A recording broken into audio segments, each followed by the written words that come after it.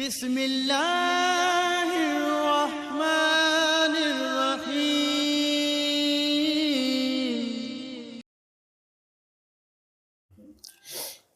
نحمدہ ونصلی علی رسولہ الکریم اما بعد فاعوذ باللہ من الشیطان الرجیم بسم اللہ الرحمن الرحیم۔ محترم سامعین، السلام علیکم ورحمۃ اللہ وبرکاتہ۔ رزق کی کشادگی کے لیے ہم نے تو بہت سے وظائف بتائے ہیں، اور براہ راست بھی کچھ لوگوں نے کال کر کے پوچھا، ان کو بھی بتائے ہیں، لیکن یہ ایک وظیفہ بہت اہمیت رکھنے والا ہے، بہت مجرب ہے اور بہت طاقتور ہے۔ اس کو میں اس لیے مجرب اور طاقتور کہہ رہا ہوں، یہ براہ راست حضور اکرم صلی اللہ علیہ وسلم نے صحابہ اکرام کو بتایا۔ اب ظاہر ہے جو چیز ایک عام آدمی بتا دے اس کی وہ طاقت نہیں ہوتی جو حضور صلی اللہ علیہ وسلم کے بتائے ہوئے وظیفے کے اندر طاقت ہوتی ہے۔ اکثر لوگ یہ بھی پوچھتے ہیں یہ وظیفہ کہاں سے ثابت ہے، کس نے بتایا؟ اب اس سے بڑی چیز کیا ہوگی جو حضور صلی اللہ علیہ وسلم خود بتائیں۔ بہت سے واقعات اور بہت سے وظائف ہیں جو آپ صلی اللہ علیہ وسلم نے صحابہ کرام کو بتائے۔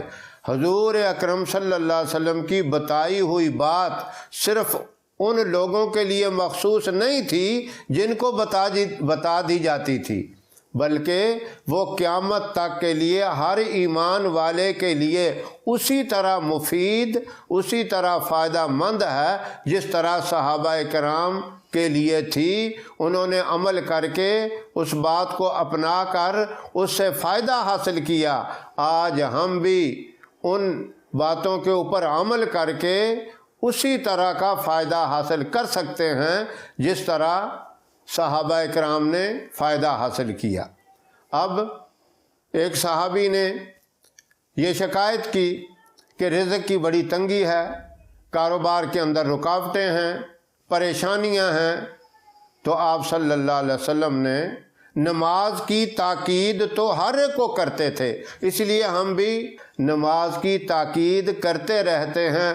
وہ بھی آپ کا ایک طریقہ اور آپ کی ایک سنت سمجھ کے کرتے ہیں، اور میں نے پہلے بھی ذکر کیا کہ آپ کی سنت اور آپ کا ایک ایک طریقہ زمین و آسمان کے خزانوں سے بھی زیادہ قیمتی ہے۔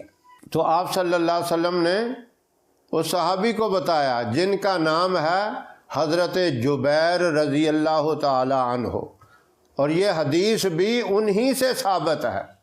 ان کو جب فائدہ ہوا تو انہوں نے اور بھی بہت سے لوگوں کو بتایا، جس کو بھی بتایا اللہ نے اس کو اپنے مقصد میں کامیاب کیا اور ان کو فائدہ پہنچایا۔ ہم بھی اسی طرح عرض کر رہے ہیں تاکہ لوگوں کی بھلائی ہو جائے، کسی کا فائدہ ہو جائے، اس کا اجر اللہ ہمیں بھی عطا فرمائیں گے۔ اب توجہ سے سن لیں۔ تو آپ صلی اللہ علیہ وسلم نے فرمایا، اے جبیر، جب بھی تو اپنے کام کے لیے جو بھی کوئی کام کرتا ہے، اپنے اس کاروبار کے لیے نکلو تو بسم اللہ الرحمن الرحیم پڑھ کے سورہ نصر ایک دفعہ پڑھ لیا کرو، اور اس کے بعد بسم اللہ الرحمن الرحیم پڑھ کر سورہ کافرون ایک دفعہ پڑھ لیا کرو۔ یعنی ہر سورت پڑھنے سے پہلے بسم اللہ الرحمن الرحیم پڑھنی ضروری ہے۔ ویسے تو ایک دفعہ بسم اللہ الرحمن الرحیم پڑھ کے آدمی جتنی مرضی صورتیں پڑھ لے، لیکن اس وظیفے کے ساتھ یہ ضروری ہے کہ ہر صورت سے پہلے بسم اللہ الرحمن الرحیم پڑھ لی جائے، لیکن ابتدا میں آپ نے بسم اللہ کے ساتھ اعوذ باللہ من الشیطان الرجیم بھی پڑھنا ہے، اور باقی ہر صورت کے ساتھ آپ پوری بسم اللہ الرحمن الرحیم پڑھ کے صورت پڑھیں۔ پھر آپ شروع سے سنیں۔ سب سے پہلے سورہ نصر آپ نے پڑھنی ہے، اور اس کے بعد سورہ کافرون آپ نے پڑھنی ہے، اور تیسرے نمبر پہ سورہ اخلاص آپ نے ایک دفعہ پڑھنی ہے، اور چوتھے نمبر پہ آپ نے سورہ فلق ایک مرتبہ پڑھنی ہے، اور پانچویں مرتبہ آپ نے سورہ ناس ایک مرتبہ پڑھنی ہے۔ یہ صورتیں اسی ترتیب سے آپ نے پڑھنی ہے، اور ہر سورت سے پہلے بسم اللہ الرحمن الرحیم بھی آپ نے پڑھنی ہے۔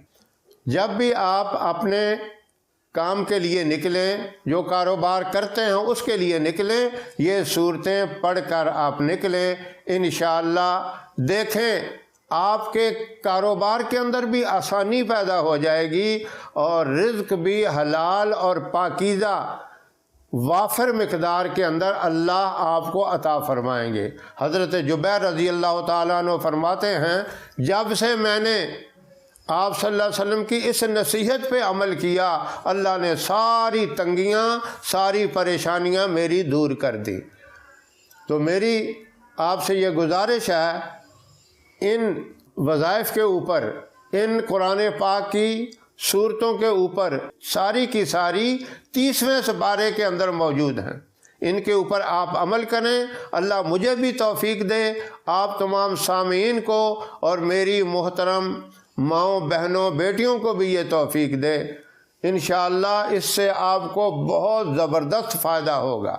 ہماری ویڈیو آپ کو پسند آئے اسے لائک کریں، شیئر کریں، ہمارے چینل کو سبسکرائب ضرور کریں، اور ساتھ والے بیل آئیکن بٹن کو دبائیں تاکہ ہماری ہر نئی آنے والی ویڈیوز کی اپڈیٹ آپ تک آسانی سے پہنچ سکے۔ اللہ آپ کا حامی و ناصر رہے۔ انشاءاللہ پھر کسی نئے وظیفے کے ساتھ آپ کی خدمت میں حاضر ہوں گے۔ تب تک کے لیے اجازت دیں۔ السلام علیکم ورحمۃ اللہ وبرکاتہ۔